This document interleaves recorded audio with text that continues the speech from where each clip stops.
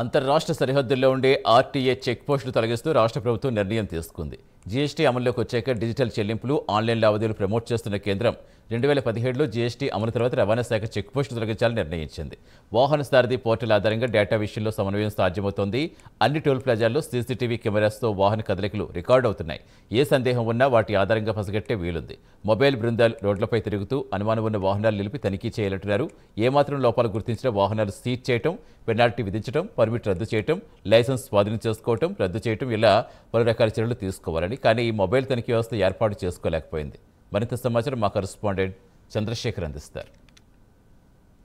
సంచలన నిర్ణయం తీసుకుంది. ఏదైతే ఆర్టీఏ చెక్ పోస్టులకు సంబంధించి నిలిపివేతకు సంబంధించిన సమాచారంతో ఆర్టీఏ చెక్ పోస్టులు అన్నీ మూసివేయబడ్డాయి. దీనికి సంబంధించి ప్రధానంగా జాతీయ రహదారిపై ప్రయాణించే వాహనాలకు సంబంధించిన ఏదైతే ఈ ఆర్టీఏకి సంబంధించిన తనిఖీల్లో భాగంగా నిలిచిపోయాయని చెప్పవచ్చు. ప్రస్తుతం మనం మహారాష్ట్ర ఇటు తెలంగాణ సరిహద్దు బార్డర్ అయిన వాంకిడి చెక్ పోస్ట్ వద్ద ఉన్నాం. దీనికి సంబంధించిన చెక్ పోస్ట్ క్లోజ్ అయిన ప్రదేశాన్ని కూడా చూపించవచ్చు. ఏదైతే గత నెల 22వ తారీఖున సాయంత్రానికి చెక్ పోస్ట్ క్లోజ్ అయింది.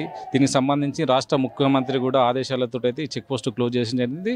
అసలు ఈ చెక్ పోస్ట్ క్లోజ్కు కారణాలు ఏంటి, అసలు ఈ చెక్ పోస్ట్ ఎందుకు క్లోజ్ అయినాయి, అసలు ఎలా ఉంటుంది, అసలు ప్రస్తుతానికి దీనికి సంబంధించిన ఏర్పాట్లు ఏమైనా చేశారా, తెలంగాణ రాష్ట్ర ప్రభుత్వం దీనికి సంబంధించి చెక్ పోస్టులు ఏ విధంగా నడుపుతున్నారన్న క్రమంలో అయితే అసలు గతంలో ఏదైతే జీఎస్టీ 2017లో జీఎస్టీ అమలైన తర్వాత డిజిటల్ పేమెంట్లు, ఆన్లైన్ చెల్లింపులు లావాదేవీలు ప్రమోట్ చేస్తూ కేంద్ర ప్రభుత్వం 2017లోనే జీఎస్టీ అమలు చేసింది. తర్వాత రవాణా శాఖ చెక్ పోస్టులను తొలగించాలనే నిర్ణయం మేరకు అన్ని రాష్ట్రాల్లో అయితే సూచనలు జారీ చేసింది. దీనికి సంబంధించి తెలంగాణ రాష్ట్ర రవాణా శాఖ మాత్రం ప్రభావం చూపలేకపోయిందని చెప్పవచ్చు. ఏది ఏమైనా కూడా సరిహద్దు చెక్ పోస్టులో మాత్రం మాన్యువల్ లావాదేవీలు కొనసాగుతూ వస్తున్నాయి. దీనితో ఇటు చెక్ పోస్టుల పర్మిట్లు, ఓవర్లోడ్లు, చెకింగ్ పేరుతో వాహనాలు నిలిపివేసి భారీగా డబ్బులు వసూలు చేయడాన్ని అయితే అక్కడ సిబ్బంది విధిగా పెట్టుకున్నారు. దేశంలోనే అన్ని రాష్ట్రాలు వాహన్ సారథి పోర్టల్ చేరినా కూడా ఒక తెలంగాణ రాష్ట్రంలో ఈ వాహన్ సారథి పోర్టల్లో చేరలేదనేది కేంద్ర ప్రభుత్వం అయితే కొంత ఆగ్రహం వ్యక్తం చేసింది. దీంతో సీఎం రేవంత్ రెడ్డి ఇటు వాహన పోర్టల్ను కూడా అమల్లోకి తీసుకొని వచ్చి ప్రస్తుతం రాష్ట్రాల మధ్య తిరిగే ట్రక్కులు కానీ ఆల్ ఇండియా పర్మిట్లు తీసుకుంటున్నాయి.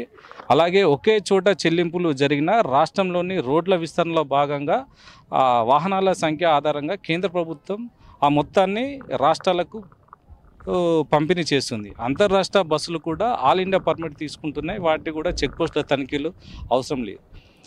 పర్మిట్ల కోసం ఛార్జీలు చెల్లించడం అంతా ఆన్లైన్ ద్వారా జరుగుతుండడంతో అయితే దేశవ్యాప్తంగా డేటా వాహన్ సారథి పోర్టల్ ఆధారంగానే ఉంటుంది. దీన్ని సమన్వయం చేస్తూ ఇటు కేంద్ర ప్రభుత్వం, రాష్ట్ర ప్రభుత్వాలకు సమన్వయంగా ఉంటుంది. ప్రస్తుతం ఈ అన్ని టోల్ ప్లాజాల సీసీ కెమెరాల ద్వారా వాహనాల కదలికలు రికార్డ్ అవుతాయి. ఏ సందేహం ఉన్నా కూడా వాటి ఆధారంగా పసిగట్టవచ్చు. ఇటు వాహన్ సారథి పోర్టల్లో అయితే ఉంటుంది. ముఖ్యంగా చెప్పాలంటే ఈ తనిఖీల పేరుతో వచ్చిపోయే వాహనాలను ఆపి డబ్బులు వసూలు చేయడంతో చెక్ పోస్టుల సిబ్బంది పనిగా పెట్టుకున్నారని ఆరోపణలు కూడా గతంలో ఉన్నాయి. ఇటు ముఖ్యంగా ఇటు ఓవర్లోడు, అక్రమ రవాణా, పర్మిట్లు లేకుండా సరిహద్దు దాటడం వంటి విషయంలో నిఘా తప్పనిసరి. చెక్ పోస్టులు తొలగించినా కూడా మొబైల్ బృందాలు ఏర్పాటు చేయాలని అయితే ఇటు కేంద్రం ఎప్పటి నుంచో చెప్తుంది. ఇప్పుడు చెక్ పోస్టులు అయితే తొలగించారు. దీనికి సంబంధించిన మొబైల్ బృందాలను అయితే ఏర్పాటు చేయాల్సిన అవసరం తెలంగాణ రాష్ట్ర గవర్నమెంట్కు ప్రస్తుతం ఇప్పటికీ మనం ఇటు కుమ్రంభీం ఆసిఫాబాద్ జిల్లా వాంకిడి చెక్ పోస్ట్ వద్దున దీనికి సంబంధించి ఒకటి కూడా మొబైల్ పెట్రోలింగ్ వాహనాలు అయితే ఇప్పటికి కూడా ఏర్పాటు చేయలేదు. దీనికి సంబంధించిన మొబైల్ బృందాలను ఇప్పటికీ కూడా దీనికి సంబంధించిన ఆర్టీ అధికారులు ఎలాంటి పర్మిట్లు లేకున్నా కూడా అసలు వాహనాలు అయితే తిరుగుతున్నాయి. దీనికి సంబంధించిన అయితే ఇంతవరకు ఇలాంటి బృందాలు అయితే ఇటు కుమ్రంభీం ఆసిఫాబాద్ జిల్లా చెక్ పోస్టు నుంచి ఇటు అంతరాష్ట్ర సరిహద్దు బార్డర్లో అయితే ఇప్పటివరకు అయితే ఎలాంటి బృందాలు అయితే కనపడడం లేదు. అసలు ఈ చెక్ పోస్టుల ప్రభావం ఎలా ఉంటుంది, అసలు ఈ జిల్లాలకు సంబంధించిన రవాణా వ్యవస్థ ఎలా ఉంటుంది అన్నది కొంత ఇటు ప్రజలైతే కొంచెం విస్తృతంగా ఉన్నట్టు చెప్తున్నారు. ఏది ఏమైనా కూడా వీరితో పాటు ఆయా కార్యాలయ సిబ్బంది అయితే ఇటు మొబైల్ బృందాలుగా ఏర్పాటు చేసి రవాణా సిద్ధమవుతుంది. దీనికి సంబంధించి ఇటు మొబైల్ బృందాలను ఏర్పాటు చేసి ఇటు రవాణా శాఖకు ఏదైతే నిధులు అయితే సమకూర్చుకోవాల్సిన అవసరం ఉంది. దీనికి సంబంధించి ఇటు ముఖ్యంగా చెప్పాలంటే ఇటు రవాణా వ్యవస్థను పటిష్టం చేసేందుకైతే కేంద్ర ప్రభుత్వం తీసుకొచ్చిన వ్యవస్థను అయితే ఇటు జిల్లాలో కూడా మొబైల్ బృందాలు అన్ని ఏర్పాటు చేసి అసలు ఏ విధంగా పర్మిట్ తీసుకున్నాయి, ఎలాంటి పర్మిట్లు తీసుకున్నాయి అనేది అయితే ఇప్పుడు ఇటు మొబైల్ బృందాలు అయితే ఆర్టీఏ అధికారులు అయితే తనిఖీ చేయాల్సింది. దీనిపై ఇంకా ఒక స్పష్టమైన క్లారిటీ లేదు.